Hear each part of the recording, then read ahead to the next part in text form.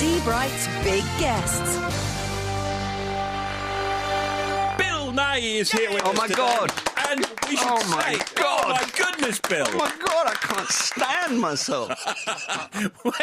We should say that this is a pre-record, so where will you be when this goes out? You'll be in India, right? I will be in Udaipur. I've just had 5 weeks in Jaipur. I'm with Dame Judy and Dame Maggie and all the people out of Best Exotic Marigold Hotel. We're doing second Best Exotic Marigold Hotel. Oh, that's great. With a new addition to the cast, Richard Gere. Richard Gere? Wow. Yes, Richard Gere. Really, Everybody Richard calm Gere? down. Yeah, Richard Gere has come to join us. So What's he up we're to in even- this, then? I'm not at liberty to tell you things like that. Bill. But he has a big part. Everyone has lovely parts. It's actually a very good script. It's not just the sequel. It's a cracker. It should be good. I love that first one. It's one of those things where everybody's at their best, isn't it? Yeah, it's a great cast. And John Madden, the director, is a brilliant man. And Ol Parker, who wrote it, is a seriously gifted writer. So everybody gets good jokes. Everybody's got a good part. And it all kind of swings. Yeah. Do you ever think of how people view you? Do you ever... Sometimes I do. Yeah, I mean, I think everybody does, don't they? But I never come up with anything particularly helpful. I don't really know how that... and as an actor, as a sort of semi-public figure, I've no idea. I make a point of not reading anything about myself or indeed watching anything I'm in. Really? No. Yeah, sure. No, I never do if Why not? I can help it. Because, well, watching me in things I'm too squeamish, and it means that I have to recover, and I've got to go to work again, and I have above average difficulty, I think, in persuading myself that I'm an actor anyway, so then I don't need to be undermined by the certain knowledge that I'm not any good. Because when I watch myself, all I see is how far short it falls from what I had in mind. Look, I've seen you in films and on television in stuff, so you must be an actor. I've seen it. Yeah, no, it's true. I know, it took me a long time. I used to hitchhike around the country and I used to lie about it. People would say, "Where are you going?" I'd say, "I'm going to Liverpool." They'd say, "What are you going to do?" I'd say, "I'm going to be a stage electrician." Has it not got easier as you've got older, though, to convince yourself? I'm sort of busted now, as Stephen says, you know what I mean? But I didn't have the front to say I'm an actor, I couldn't quite form the word. So, Bill Nighy, an award-winning actor with a glitter... He is an actor, he's definitely not an electrician, with a glittering career in film and TV. Bill is about to reprise his role as MI5 spy Johnny Warwicker. That's not Julian Warwicker, the news guy. No, but we might have nicked his name. I don't know. You'd have to ask David Hare. In the second and third parts of the Warwicker trilogy. Now, in August 2011, the feature-length drama Page 8 aired on BBC Two as part one of the Warwicker trilogy. Starred Rachel Weisz and Ralph Fiennes and Judy Davis and Michael Gambon. Great cast. And Bill, of course, next month, the next two parts will be on BBC Two. Turks and Caicos and Salting the Battlefield. So, what's happening to your character as we see you at the beginning? At the end of Page 8, the last one, I had to leave the country because the Prime Minister was after me and the intelligence services were rejecting me. So I went to the airport and you see the departure board and then ... So you'll see where I go. I travel a great deal in the next one trying to find some evidence to restore my career and my reputation. And I go... I don't know how much to tell you because I don't want to spoil it for people. Well, the first one is a clue. Turks and Caicos is a clue. I was going to ask, is that any indication of where you end up, Bill? Yeah, but Turks and Caicos. No, I know, that's not where I end up. OK. But yeah, I would go to Turks and Caicos, which... Turks and Caicos is a string of islands in the Caribbean where it's very, very, very, very hot. And I go there and I meet one of my great heroes, Christopher Walken, who... all our first... The great thing about this, because it's David Hare, all our first choices said yes. So when we asked Christopher Walken, who I don't think has ever been on television before, leave alone British television, they just said yes. And when we asked Winona Ryder, she said yes, and I don't think she's ever been on television before. And Helena Bonham Carter came to be on the run with me, and Ralph Fiennes returns as the Prime Minister, and Rupert Graves has joined the cast, so we've got a pretty hot crew. But Christopher, particularly for me, Christopher Walken, because he is a very particular hero of mine, and it was quite daunting, and he is one of the funniest men He is alive. hilarious, yeah. It's like being hit in the stomach. You literally double up. He's hilarious. You have to go to YouTube, Bill, and watch Christopher Walken do a sketch on Saturday Night Live. It's where he opens the door and someone's come round to do a survey. And he's completely out of it, doesn't know what's going on, but he's him. You know what I mean? It's kind of the way he is. He must be like that in real life as well. He is, yeah. And it comes out of nowhere. There's no warning. Suddenly he'll say something, and it's completely the funniest thing at that point that you've ever heard in your life. And he's just hilarious. Can you do his voice? I can only say one word as Christopher Walken, and that word is, wow! That's it. That's exactly right. And I can say one other word. Upset. I'm upset. I'm upset. That's the only other word I can do. So that's a fantastic cast. I understand also that the Americans are involved. There's CIA and all that international stuff. Yeah. Well, because Johnny Warwicker is very vulnerable and he's very conspicuous, and he's seriously upset Ralph Fiennes, who plays the Prime Minister, Alec Beasley, and he wants him not dead exactly, but nearly dead, he wants him. And all the intelligence services everywhere, internationally speaking, have been alerted to the fact that Johnny's on the run. Wow. So he's a hot date. But is he trying to put things right then as he's on the run? He's gone to Turks and Caicos for a purpose. Right, not just the sunshine. No, he's not. Certainly not the sunshine, no. Okay. He's going to get it out of you in a minute, isn't he? And just for those out of you who may be uneasy at this point, I never take my top off. I just want you to relax and not worry about that. We'll leave that to Mr. Putin then, shall we? Leave that to Mr. Putin. He's good at it and he works on it. At it. Bill Nighy then stars in Turks and Caicos on BBC Two next month. Thanks very much, Bill, and we look forward to seeing you many more times this year. Thank you very much. Because we love you. Because you're beloved. I love you back. Thank you. Beloved and talented you are. Oh, for God's sake, shut up! Oh, may I bring on Janie Lee Grace and Tim Smith? May I? You may. Go on. Thank you, Janie. What you got? The first ever air conditioning system was installed in the House of Commons. Right now, everyone nominated for an Oscar is busy practising their gracious loser face.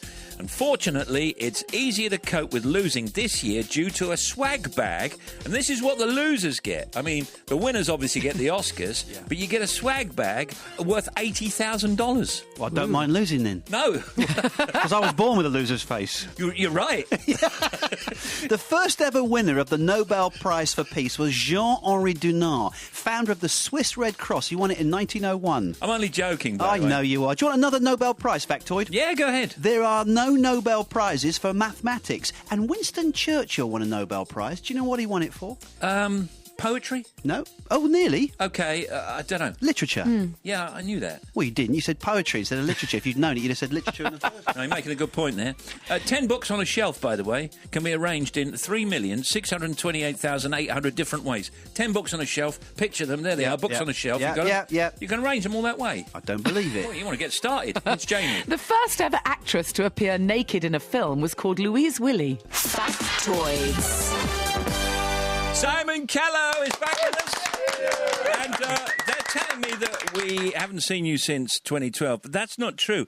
Surely we saw you last year, I'm thinking. You did, I'm afraid, yes. Yeah. Don't be afraid. It was a joy. You personally might not have seen me, but I was to be seen in a one-man show about Wagner called Inside Wagner's Head at the Royal Opera House. Yeah. Rather successful. I was very thrilled by the success of it. And then I did a show with Felicity Kendall on the road, a brilliant play called Chin Chin, which is a sort of late 1950s French comedy. A brilliant, staggering, rather experimental play, and Felicity was utterly sensational. And then brilliant. the Dickens thing that you did, that was the year before. 2012, I revived The Mystery of Charles Dickens, and then I did Christmas Carol again. Yeah. Now, yesterday, Simon reprised his triumphant and critical acclaimed play, Being Shakespeare, for a limited run at the Harold Pinter Theatre in London's West End.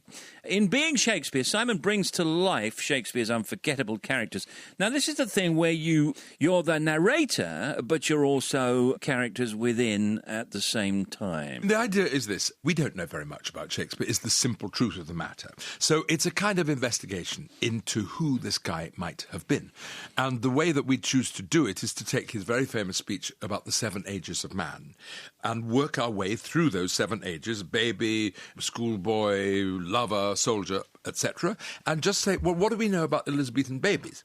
Shakespeare was an Elizabethan baby, so he must have had something in common with other Elizabethan babies. Yes. What was it like in Stratford-on-Avon? What was the education like? He was the mayor's son. What kind of an education would he have gotten? The answer is a grammar school education. So then we say, well, what was a grammar school education like? In fact, it was incredibly tough. They basically studied Latin grammar for something like 10 years, and they became incredibly nimble at the use of language. So that's very interesting to think that our boy that some people have dismissed as a yokel was in fact more highly educated than most people who go to university now. So when we get up to where he's starting to write, what do we see you do and what do we see him do? For example, there's a fantastic scene in The Winter's Tale. Queen Hermione's little boy, Mamilius, is playing in the court of the ladies in waiting. Yeah. A little boy surrounded by women, which is exactly what little boys always were in Elizabethan Yeah. England. Fathers had nothing to do with their boy children until they were 7. And he tells them stories. He says, "The sad tales, best for winter," this little boy. I'm not saying that Shakespeare wrote the character as himself, but it's very hard not to see William Shakespeare telling stories to his mum and his aunties and his cousins. It's very interesting and new and different. How do you view it as an actor? It's storytelling. Basically, it's the oldest form of theatre in the world. But I'm talking about in terms of format. No, but it's me telling a story, and if you tell stories, you generally tend to impersonate the characters that crop up in your story. You quote them. If you quote them in their own voices, in their own accent, and so on. Brilliant. So it's like that. As a one-man in a one-man show, you can throng the stage with as many characters as you can handle. You know? On a practical note, then, do you put any costumes on at all? No, not at all. Nothing. That would kill it stone dead. I mean, or it would turn out into a sort of Changed the hats. Alma Cogan show, you know. Good reference. It's a thought. It's a thought. But part of this is just a celebration of the art of the theatre, because you can do all of that without any set, any costume, any makeup. You just can make people believe they're seeing Hamlet. Well, you for can. those times. It's pure theatre, though, isn't it? Yeah, I think it is a very pure form of theatre. And despite your passion, quite hard work to do all of that, to flip between plays, let alone characters. You have to be very wide awake mentally to do it. But because I think we've evolved this play in a very practical sort of little machine, 2 hours pass by very quickly for me. And despite the fact that, as you say, some of these are suggestions rather than facts about Shakespeare, Yeah. presumably we learn a lot about the man, though. Oh, I hope you do, and I hope that you ask questions. That's what I say. You have to be completely candid. We have no idea what happened to Shakespeare between the age of 24 and the age of 28. He could have been in all sorts of places, in that sense, rather like Jesus. There's this missing period when Jesus or Shakespeare could have been almost anywhere What do doing you almost think? anything. I believe what the play suggests is that he actually stayed at home in Stratford-on-Avon, married to his rather sexy older wife, and learned a lot from her. Oh, yes. Yeah, in every sense, All you right. know, because there's no sexier playwright on earth than Shakespeare. True. And he must have got that from somewhere. Yeah. And my feeling is it was Anne who taught him all of that. And then at a certain point, of course, Stratford wasn't enough for him. He had to get out and he went to London. And then he doesn't really go home very much after that until he retires, which he does very early. Shakespeare retired more or less at the age of about 48, 49, something like that, because he'd made a lot of money. Wonder what he would be doing today. I mean, obviously, he'd have his own internet site. Would he have his own television show, do you think? Would he be writing plays? Absolutely, he wouldn't have his own television show. I wonder if he'd be writing plays. I'm almost certain he would be writing screenplays. Yeah. He'd probably be on Netflix because it's more direct. Of It course. happens instantly. I think he'd be ahead of the game, and also absolutely startling that Shakespeare's career as a writer was so brief. It's about 18 years of writing, and in which time he managed to write the greatest body of language probably in the world that has ever been written. The boy done good, didn't he? He did frightfully well. Oh, yes, he did frightfully well. You can see Simon Callow in Being Shakespeare at the Harold Pinter Theatre in London from now until Saturday, the 15th of March. Always a delight to see you. See you next time, Simon. Thank you. Simon Callow, everybody. Boy done good. Frightfully well. Steve Wright's big guests. Ice Cube is a rapper and music producer who has become a multimedia juggernaut. Oh, that's a good phrase. I like juggernaut. Having produced, written, directed, and of course starred in a string of movies. Now, the new movie, Ride Along, which I saw last night, has already been a huge hit in America. He plays James, a hot-tempered, to say the least, cop who has no time for Ben, who is his sister's video game-obsessed fiancé, played by a slightly smaller man called Kevin Hart. Hi, Stu. Afternoon, Ice. How are you doing? Pretty good. How y'all doing? We're good. And Good. this is a very, very entertaining film. I really did enjoy it. And it's filmed in Atlanta, which is a place that I know quite well, and some great locations. Great story, very funny. Tell us a little bit about some of the other people involved in the movie, first of all. We got the script maybe 7, 8 years ago, you know. No. And yeah. The script was sitting around for a while, and we couldn't really find the right co-star. Who was going to play Ben, you know? Who was going to get on my nerves like Kevin Hart? And that person wasn't out there, but here comes Kevin. He's a juggernaut himself. And this dude comes in, and he liked the script, and our chemistry was instant. We had a dream team, so we had a whole lot of fun shooting the movie. You know what I like to look for in movies exactly like this is the movie is funny. There's some serious bits, but it's a funny movie. Yeah. I like to see where you guys are breaking up and they've left some stuff in. And I just thought I caught it. I think maybe in the nightclub scene or something like that where you're just looking away, laughing. I don't know. It's hard to get me to crack on a movie, but Oh, come on, you did. You must have. Of course, every now and then I do, but I try to stay solid like a rock, because you never know if these guys are going to do something amazing, and if I crack, then we can't use it. So I try my best, bite my lip, everything I need to do to hold it in. Just go through the story a little bit for us. I play a guy, undercover cop by the name of James Payton, and he's obsessed with taking down the biggest kingpin in Atlanta. So he's laser focused on taking this guy down. And the last thing he needs is a mosquito like Kevin Hart buzzing around.